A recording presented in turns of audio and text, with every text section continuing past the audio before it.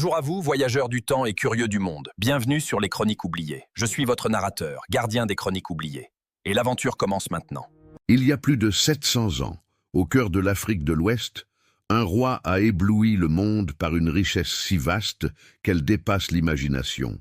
Son nom était Mansa Moussa, l'empereur du Mali. Un homme que beaucoup considèrent encore aujourd'hui comme le plus riche de toute l'histoire. Mansa Moussa accède au trône en 1312, prenant la tête d'un empire qui étendait des vastes dunes du Sahara jusqu'aux côtes luxuriantes du golfe de Guinée.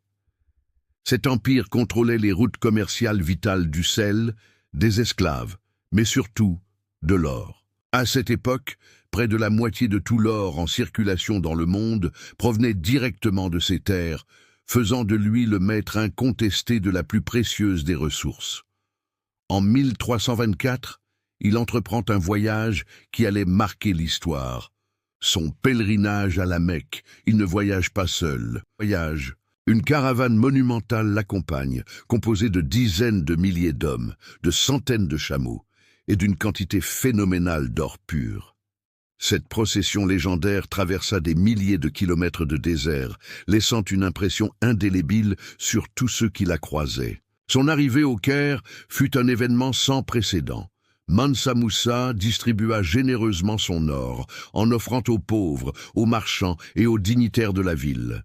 Sa prodigalité fut telle qu'il inonda le marché local, provoquant une chute brutale du prix de l'or et une inflation massive qui secoua l'économie égyptienne pendant plus d'une décennie. C'était la démonstration éclatante de l'échelle colossale de sa fortune. Mais l'héritage de Mansa Moussa ne se résume pas à sa richesse matérielle. À son retour de la Mecque, il transforma son empire en un véritable foyer de savoir et de culture. Il fit construire des mosquées grandioses, des bibliothèques et des universités, notamment à Tombouctou, qui devint rapidement l'un des plus grands centres intellectuels du monde islamique et africain, attirant des savants de tous horizons.